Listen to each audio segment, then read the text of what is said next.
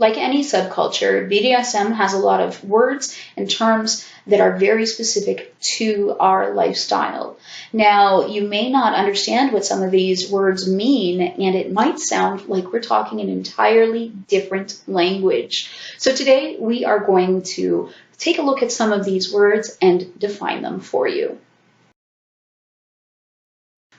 Hey guys, it's Morgan with BDSM Relationships and Education. Welcome to the video. Today we are going to be talking about some of the specific terms that are used in BDSM, and there are so many of them. It really is like a language of its own, but because there are so many of them, today we are going to talk about defining the names for the roles that you could take within kink culture. We're going to talk about, of course, the most common ones. We'll talk about some that are a bit less common. This is by no means a master list or anything like that. There are always going to be different ones. People define things slightly differently. So if you don't like my definition of a word, then use your own, use the definition that you prefer. But what I've tried to do is collect together the most common definitions of these words so that you guys can have an understanding and you're not walking into situations blind or using words incorrectly. So if you haven't done so already, please don't forget to subscribe to my channel. I do post new videos about BDSM, usually twice a week. I haven't quite hit that goal lately, but it is my New Year's resolution for 2017 to always post at least 2 videos per week. So we're going to get back on track there. But please do subscribe. If you enjoy this video, you want to see more like this video, then please give me a thumbs up and I will know to make new videos like this. Now, of course, if you don't like one of my definitions that I've provided here, please feel free to leave me a comment below with your definition of the word. There is certainly nothing carved in stone here. Like I said, I've just tried to find the most common definitions or the most well-used definitions of the various words. So the way I've got everything set up here is that we will have over here the words pop up so that you understand, what the word is, in case that I mumble or you don't understand me when I speak or if I talk too fast, because I know I do that sometimes. But we'll have the word pop up here and I will give you a definition. So let us get started on all of that. All right, so I know I literally just said, let's get started on it. And now I'm going to sidetrack again, but this is really important. Roles and the labels and things like that are simply a starting point. So because everybody has slightly different definitions of these words, use them as labels to self-identify, but don't rely on them. Always make sure you define what those words mean to you when you are getting involved with other people. So if you are negotiating a relationship with somebody and you say, I'm looking for a master-slave relationship, and they're like, yeah, that's awesome, but you have 2 totally different ideas of what master-slave means, then you're going to run into problems. So for one person, master-slave could be a total power exchange style relationship. For somebody else, master and slave could just be kinky things that you call each other when you're having sex. So that's vastly different definitions. And I've met people that use both of those. So always explain what you mean by words when it counts, basically, if you are negotiating relationships or play or whatever. Make sure everybody is on the same page. So now, for real, let's get started. So our first word that we're going to define is dominant. But basically, a dominant is the person who has authority in a power exchange relationship. So the person who makes the decisions, the person who says, hey, this is what we're going to do, that type of thing. It's really pretty straightforward. It has nothing to do with play. It has nothing to do with who's holding the flogger. Simply who has the authority. Next up, we have master and mistress. So I will stop doing that, I'm sorry.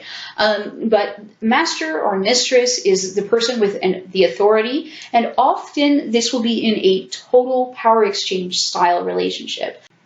So that means that the person who has the authority has all of the authority. They get to make all of the decisions. However, master or mistress can be used, again, as I said, because it might sound like a sexy thing to call your partner. It can also be used, simply in a DS non-total power exchange style relationship. So please make sure that you define these. Of course, master and mistress are gendered terms, or at least mistress is a gendered term, but master is not necessarily. There are many people who identify as women and use the honorific master, so be aware of that. Master does not necessarily indicate a male-identified person.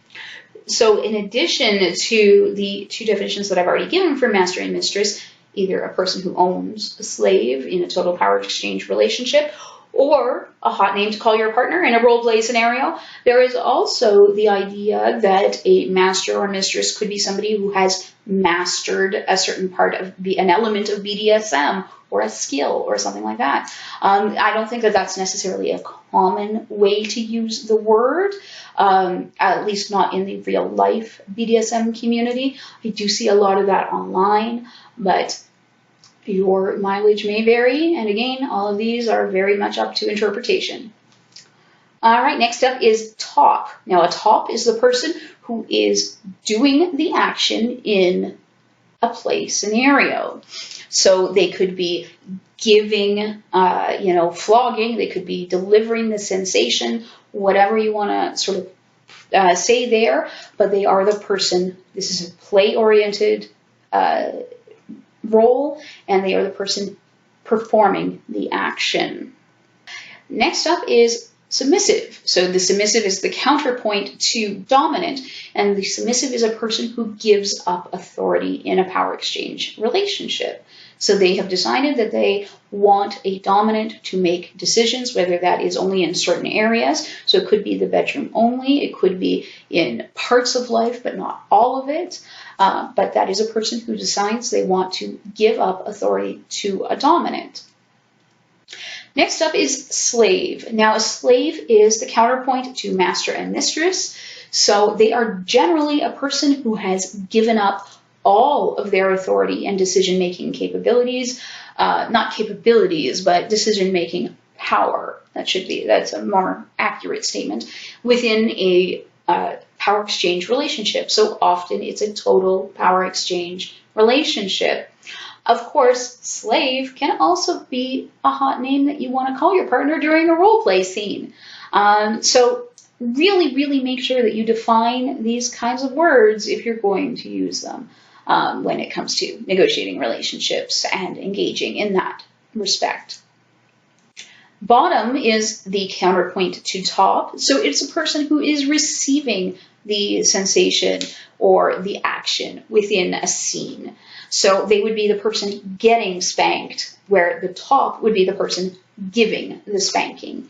So it's pretty straightforward, but those are the terms, those first ones, that you see get confused all the time. So you see people saying that, oh, I'm a dominant because I can use a flogger very well, except that floggers have nothing to do with being dominant. Authority has everything to do with being dominant. Flogging and being good or bad or whatever with a flogger is a topping skill, not a dominant one. So I just see a lot of mistakes there and a lot of really confused people, unfortunately. So our next term is alpha sub, and if you've read my blog, you'll know that this is one that I'm not crazy about. An alpha sub is the primary submissive in a house or other arrangement where there are multiple submissives. So they would perhaps have authority over the other submissives, sort of like a major domo type role. Now, not every relationship with multiple subs or every house with multiple subs has a hierarchy of subs. They may all be equal in their submission, but if you do have one sub that is sort of in charge of the other subs or that delegates the tasks to the other subs or whatever, as a service to their dominant, then they would be known as the alpha sub. Now, of course, this is also a slightly misguided term that a lot of people use to indicate that they are totally, strong and independent and manly and whatever. I often see males using this. Of course, that's probably because I'm a dominant woman. But if I was a dominant man, I'm sure I would probably end up seeing submissive women using this term as well. But we see it a lot and it's a way for people to say that, like, hey, I'm not submissive to everybody, only, to the right person in the right circumstances, and I'm totally, totally in charge in every other aspect of my life. So the reason we say this is misguided is because that's generally how submissives are. They aren't, wandering around submitting to everybody on the street or everybody at the kink party or whatever. Submissives are very often very strong, strong-willed people that, they've got their shit together. So they don't need that indicator of alpha-ness. And of course, the term itself comes from a study that was done on captive wolves that the author of the study later recanted because he screwed it up. And so basically, yeah, it's just sort of meant to say, like, yeah, submissive, but totally in charge in the rest of my life. And often, I'll be honest with you guys, people that have been more experienced in BDSM will generally kind of laugh at the whole alpha sub thing because it's usually brand new people that just don't have a well-rounded idea of what a submissive is that are using this term. So it kind of labels you as a newbie and not a very educated one at that. So you may want to avoid using that term.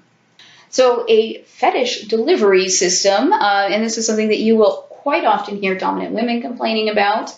I'm sure that it happens within other spheres as well, but a fetish delivery system is basically slang that is used to describe the way that some people treat others within BDSM spaces.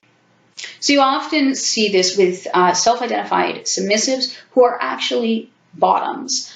They don't actually want to submit or give up authority in any way. They just want to have things done to them.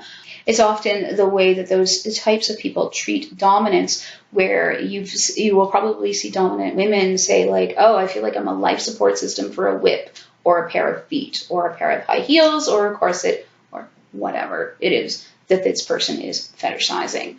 So it's not a good thing. And you'll often see it in context where people will be saying, stop looking for a fetish delivery system and start treating people like people. So another sort of misused, confusing term would be FinDom or financial dom. FinDom is short for financial dominant. So it's a person whose primary kink is money and finance. You'll often see people getting confused, and they will, call pro-doms FinDoms, and it's a different thing. A pro-dom is somebody who performs BDSM sessions for money, whereas a FinDom, the money is the kink. So it is a bit of a difference there. I'll leave a link in the description box to an article I wrote on FinDom, and whether it's an actual kink or not. Hint, yes it is. But check it out if you are interested in FinDom or want to read my opinions on it. A harem is basically multiple submissives in service to one dominant.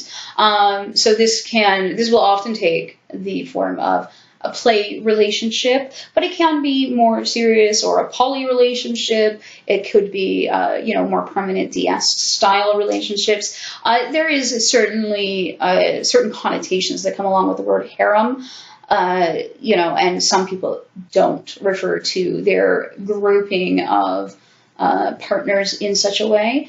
There are a number of different ways of referring to groupings of kinky people. And we'll get into some of those as well.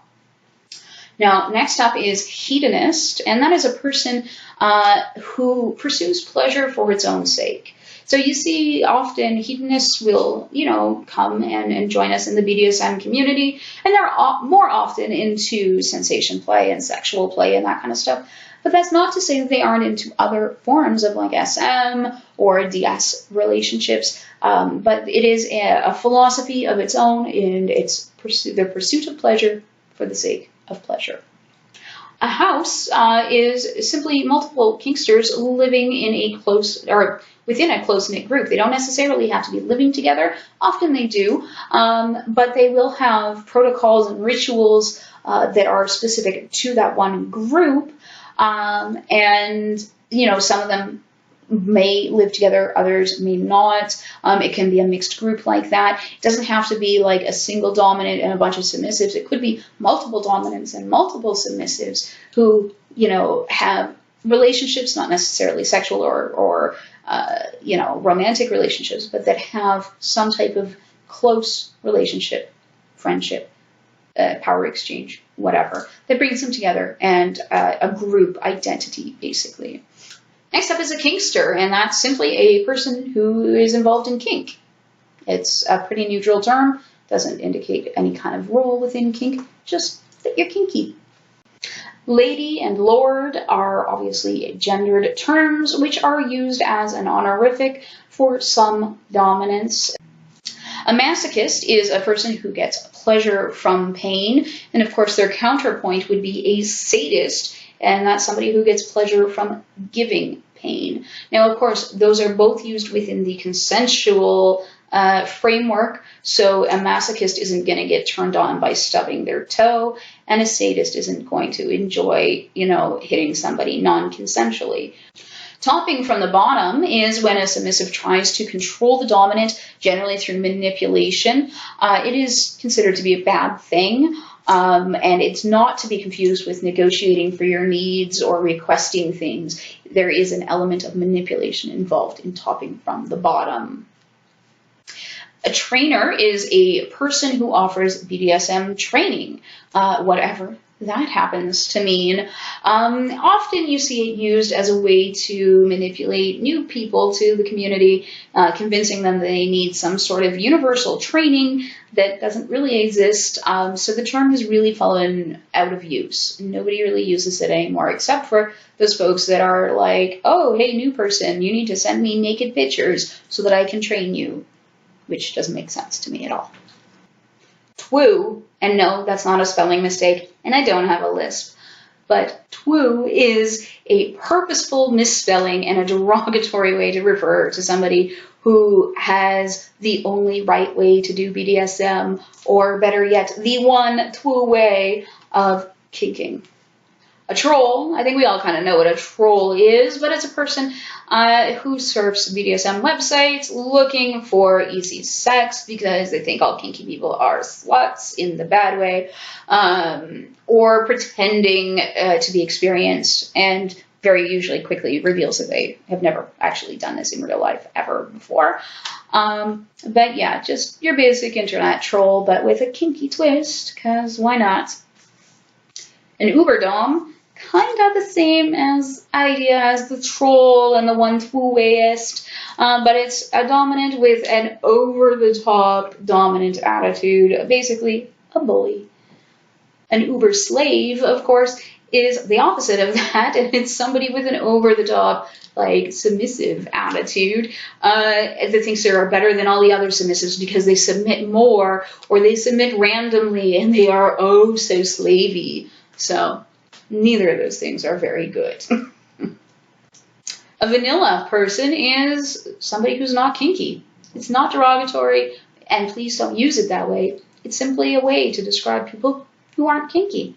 Now, polyculture, polyamory is something that you see a lot of in kink circles. So we're going to talk just quickly about some of those words. So there's polyamorous to begin with, which is simply having multiple relationships consensually. Everybody knows.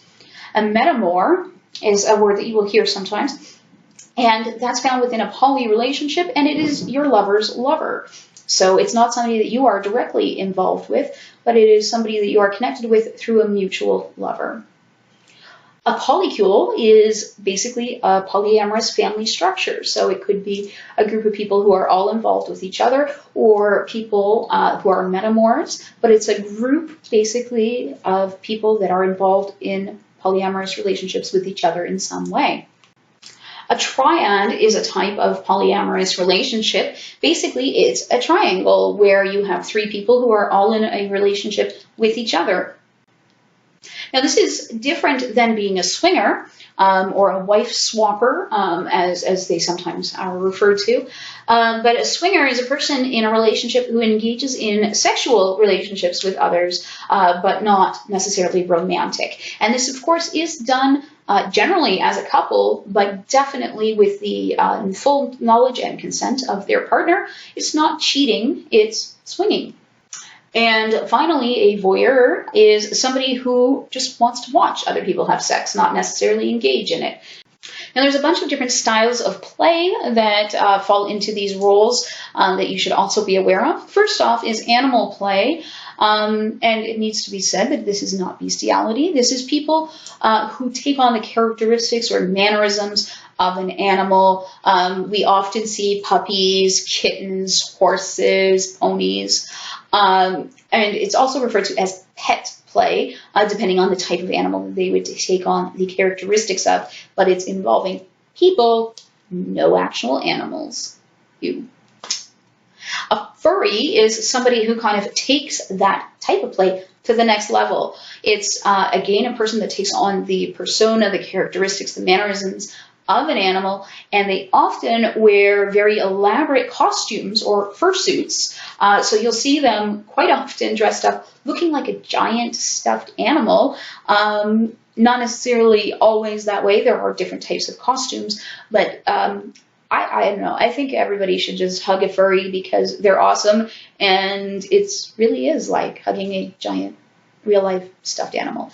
It's totally awesome. Love furries. In that sort of animal-themed stuff, a pack is a grouping of people who engage in either animal play or sometimes primal play, which we will talk about right next. But it's basically like a house, but for primals or animal players. A primal, finally, is a person that takes on animalistic characteristics, but not necessarily identifying through an animal. So they wouldn't say, like, you know, they wouldn't dress up as a wolf. They would simply say that they have characteristics of a wolf. And often you see it with people that are sort of more aggressive and like animalistic style sex. So a lot of the sort of like rough play and biting and scratching and that kind of thing. And they're usually put into two different categories, predator and prey. So I think those are pretty self-explanatory what either of them are. Now, something you will see quite a bit within the kink community are cross-dressers. Now, cross-dresser is a person who is dressed in clothing that is traditionally intended for the opposite gender. So it would be a person who identifies as a man wearing a dress or women's clothing or lingerie, that kind of thing. Now, it's really important that they not be confused with people who are transgender. A transgender person is somebody who identifies as a gender different than their biological sex. And if you don't understand the difference between gender and sex, I highly encourage you to look that up on Google. You can check out the gender tag that is on YouTube, and a lot of people have talked about it. I've participated in the gender tag, so it's something you may want to check out.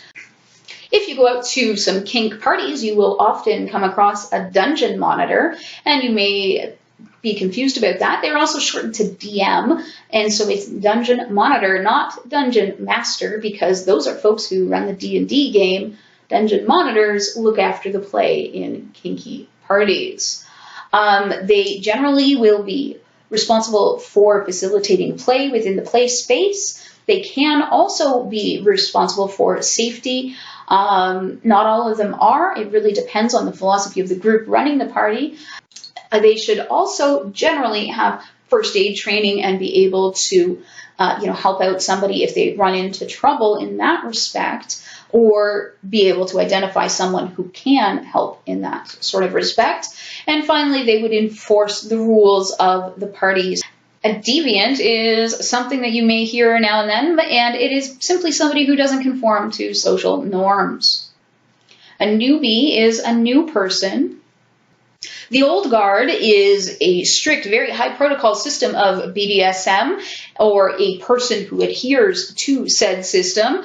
Often I hear it used to deride the TNG groups, the new folks that are coming into the world of BDSM, and referencing this sort of magical, wonderful time when BDSM was totally different and way better than it is nowadays. Very much in the way that a lot of people sort of reference the 1950s as if it was just this like grand utopia where nothing ever went wrong.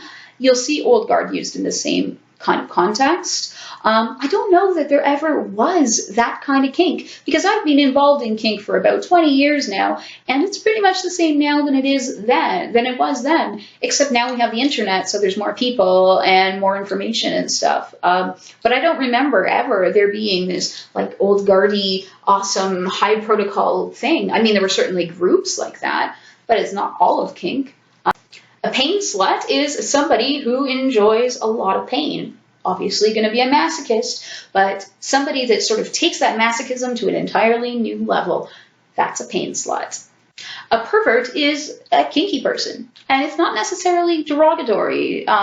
We kind of use it as a term of affection within the BDSM community. Thanks very much, guys, for checking out this very first glossary style video. If you enjoyed it, please make sure you give me a thumbs up so that I know to make another one.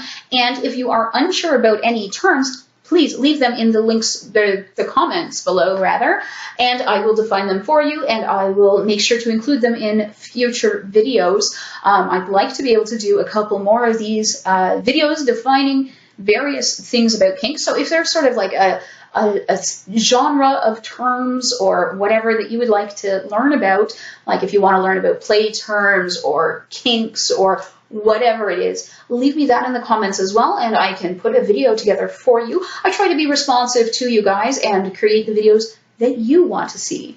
Anyways, thanks again for watching. Please subscribe to the channel, give me a thumbs up if you like the video, and I will see you guys in the next video.